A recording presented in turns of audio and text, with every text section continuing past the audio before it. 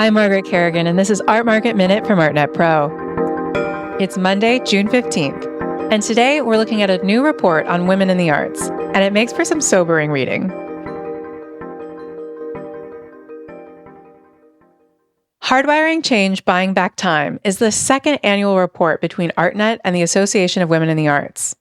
This year's data suggests the art industry may be facing a genuine talent pipeline crisis, as 1 in 2 millennial women are considering leaving the art industry in the next 5 years.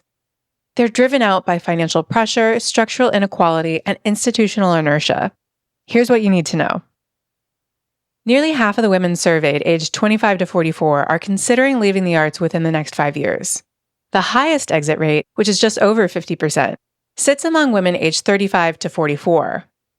These aren't people who just haven't found their footing yet. These are mid-career professionals, the people expected to step into leadership soon. The rate of respondents who are considering leaving the arts varies by sector, with workers and nonprofit arts organizations reporting the highest levels of potential attrition, around 53%. But they're closely trailed by 49.2% of those working in the commercial art market. And the reasons they're leaving aren't mysterious. Around 55% say better, fairer pay would most improve their ability to sustain a career in the arts. The economic pressure is real, and it's relentless. But pay is only part of the picture. Around 76% of women aged 35 to 54 report facing structural barriers linked to gender, race, or class. These barriers don't ease with experience. They peak at exactly the career stage when progression should be accelerating. Then there's the workload. Nearly half of full-time workers report spending at least half their working time on administrative tasks. Not creative work, not strategic work, admin.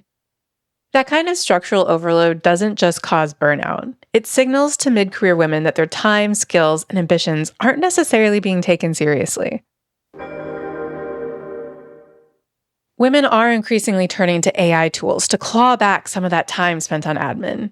Nearly 2/3 of respondents report using AI in their daily work. And when asked where it could help most, administrative tasks came up on the top by a wide margin. But here's the problem. 67% of those users have received no instruction on how to use those tools. And that's concerning given that a growing amount of research suggests that AI puts more women's jobs at risk, leaving individuals in a precarious position with no formal guardrails from their institutions.